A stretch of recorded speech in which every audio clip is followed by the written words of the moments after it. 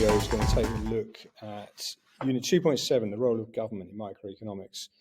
And it will primarily focus on maximum minimum prices, price controls. First of all, just a quick overview of the role of government. Government intervene in markets for many different reasons.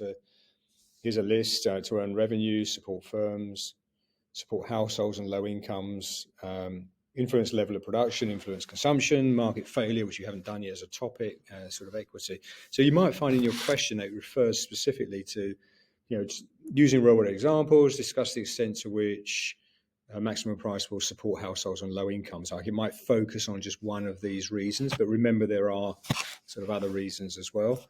People have very many different views on whether governments should or should not intervene in markets. This quote suggests that they should. This one suggests they shouldn't, and there's various other opinions as well. So free market economists tend to take the view that governments should sort of keep out. Interference is unnecessary and creates inefficiencies. Other people recognise that actually the government can do some good, and particularly in terms of helping people on low incomes or promoting equity. So in terms of what you need to know, the types of government intervention are, we're going to deal with maximum and minimum prices in this video. There'll be a separate video on indirect taxes and subsidies. There's also other ways the government can intervene: direct provision, things like education, public goods, merit goods in general, command and control regulation, so rules and regulations, for example, where you can smoke, where you can't smoke, and then the whole sort of nudge theory that HL students would have covered. So if we take a look, first of all, at maximum minimum prices, price ceilings and price floors, is what it's referring to. And you, again, should be familiar with examples of where governments have intervened. In this case, a minimum price, like something like the minimum wage, is an example of it. Be aware, do some research on where that happens. The diagram for a minimum wage or price control or a price floor, it's the same thing, is shown here. And what we indicate on here is that the wage rate equilibrium would be W and Q, but the government introduced a minimum wage, forcing the wage up above the equilibrium. There's no point doing it if it's not above equilibrium.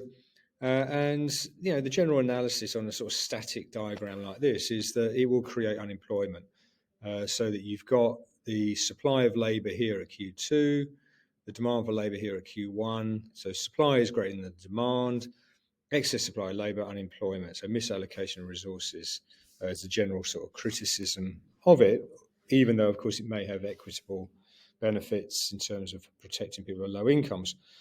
There is a sort of dynamic take on this as well.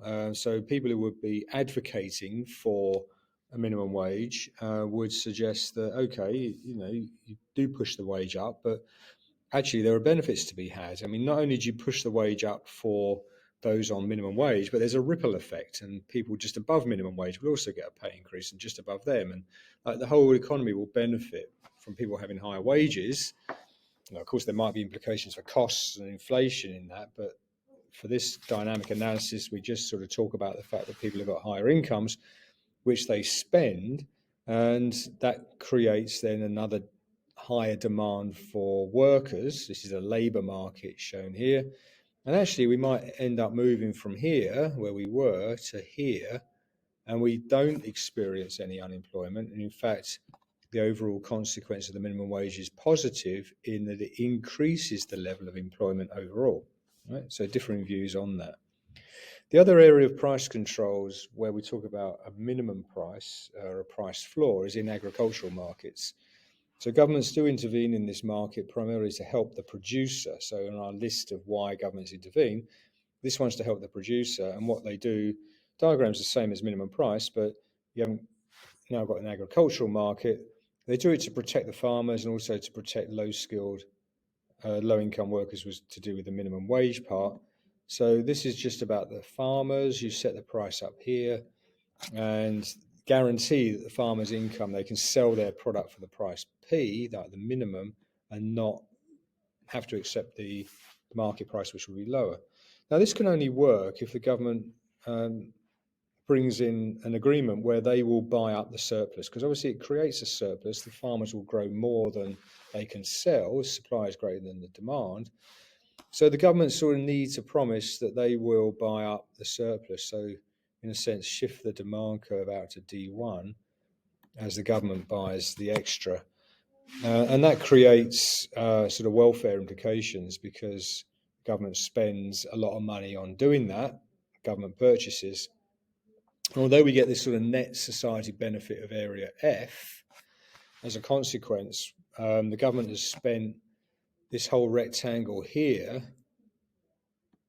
on buying the surplus and storing it. So they've spent that area shown by the red rectangle, and the only net benefit from that is Area F. So the blue shaded areas, C, E, and G, are all deadweight welfare losses of introducing a minimum price or price floor in this way. And all the others, the A, Bs, Ds, and what have you, they all get sort of transferred from different groups, but the overall loss is shown by that diagram. And that's the case every time anyway. We look at government intervention in markets, and we will see that there are efficiency issues with it, and it leads to sort of problems in that respect. Higher level, you'll need to be able to do some calculations of areas. So questions like this become important for you. Standard level, you just need to be able to identify the areas. Higher level, to actually work out the sizes of consumer surplus, producer surplus. So take a look at this question and have a go at it. And then the opposite to a minimum price or a price floor is a maximum price or a price ceiling. It sounds a bit sort of odd to talk about a price floor, the floor being above the ceiling. That's what it is. The ceiling is here, the maximum price. In other words, the price can't rise above the ceiling, the maximum, which is P max. So here the price is set below the equilibrium to make it worthwhile, make it work. And examples are normally in terms of protecting now the consumer, and things like rent controls are an example of maximum prices. Well worth researching. Like the New York rent control is well known. Berlin, most major cities have them. I'm looking here at British Columbia. In Canada, they have some degree of rent controls as well. Now, obviously, a similar problem arises in that you interfere with the market and you end up with lots of people wanting the product. Demand is here, the supply is down here. So there's excess demand created. Nothing much the government can do about that. They can't sort of fill the excess demand particularly easily. I mean, they could with housing, you could argue, because they can provide social housing if necessary, but it's not straightforward. So again, there's our imbalance in terms of the impact on different stakeholders like consumers, producers, and the government. Need to be familiar with what the impact will be on them. I mean, some consumers will gain, the ones who do actually end up buying the product at this max price, but there's fewer of them. So it's not beneficial for everybody necessarily. Welfare implications of it are now the welfare loss is a little bit smaller than we saw with the minimum price, but even so, we still lose area B and D. That's because output consumption gets stuck here at QS. Supply determines how much will actually be consumed. Although lots of consumers want it, you can't consume something that's not being supplied. So supply is reduced, and because of that reduction there from QE to QS, area B and D become deadweight welfare losses associated with a maximum price. Again, high level, you need to be able to do the calculations. So look at something like this and make sure you can work out the actual areas.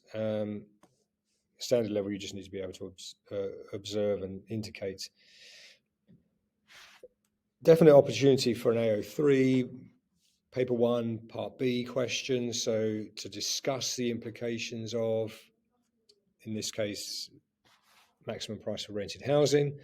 Here's a way that you can present an answer to a question like this. And you'll see on the next slide that in these questions for paper 1, you just spend a lot of time on the discussion, and you really need to integrate real world examples very thoroughly into your discussion. So you've got to know a lot about the topic. Can't just know it like superficially, oh, there was a price control in New York, and that's all you know, you're not going to get anywhere in terms of developing your answer to a level that can approach even 12 marks, like 13, 14, 15. You've got to have that depth in terms of understanding the real world examples and being able to apply them. Okay, here's another question there, just asking to calculate surpluses for a maximum price, if you want to do that. Okay.